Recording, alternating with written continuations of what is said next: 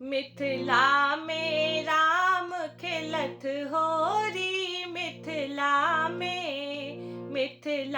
में राम खेलत होरी, मिथिला में हो खेले होरी, हो खेले होरी, हो खेले होरी, हो खेले होरी, मिथिला में राम खेलत होरी, मिथिला में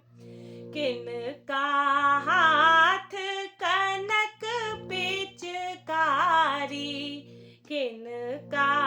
हाथ कनक पिचकारी,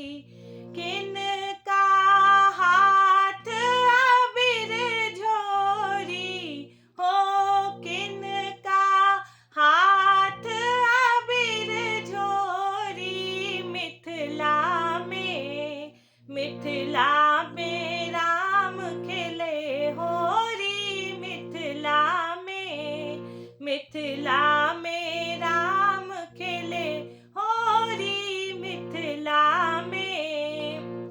राम जी के हाथ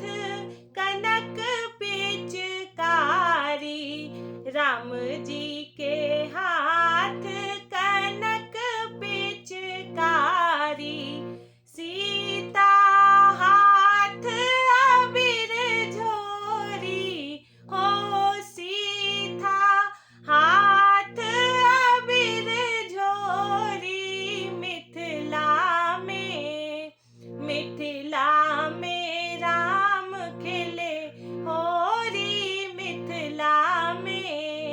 मिथिला में राम खेले होरी, मिथिला में किनका भीजे पियर पीतांबर, किनका भीजे पियर पीतांबर, किनका भीजे कुसुम चुनरी, हो किनका भीजे कुसुम चुनरी, मिथिला में राम खेलत होरी, मिथिला में